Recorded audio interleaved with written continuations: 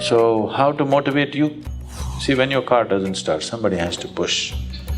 Once it gets going, after that we don't have to push it all the way, then it'll go.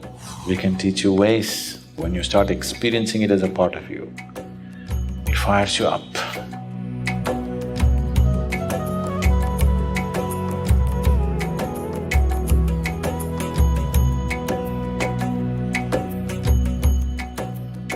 You must fall in love with somebody or something. If you don't find a somebody, you must fall in love with something. Something means something to you, you will wake up in the morning. Nothing means anything to you, where is the reason to wake up in the morning? How do you fall in love?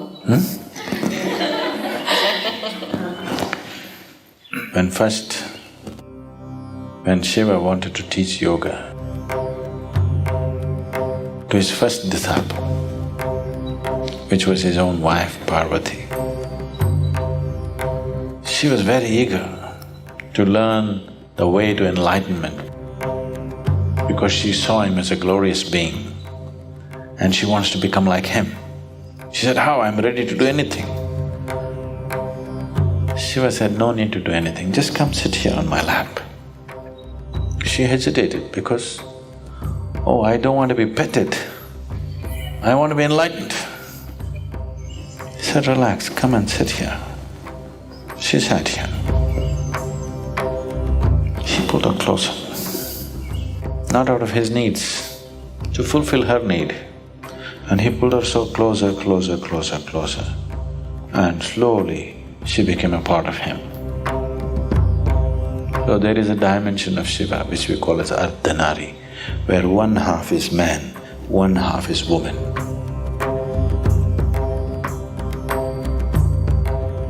What the imagery is trying to tell you is that it's only by inclusion, it's only by inclusion that life will blossom.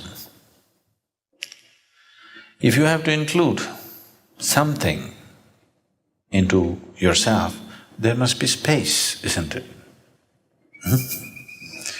If I have to make somebody a part of myself, I have to throw out half of me out, only then. That's why the expression falling in love, not rising in love, okay? Not standing in love, not climbing in love, falling in love, because a part of you has to fall, only then there will be space for something else or somebody else.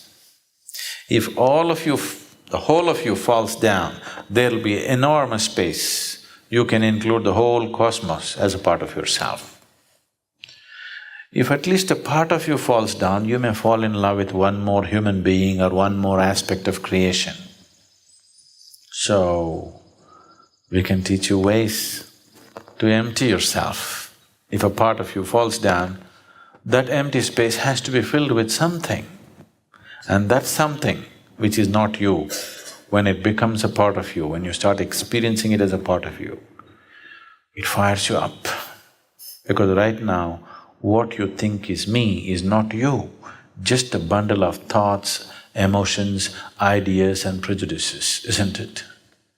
That's not you. So what is you has not come into experience. So how to motivate you? When you're not yet, how to get you going?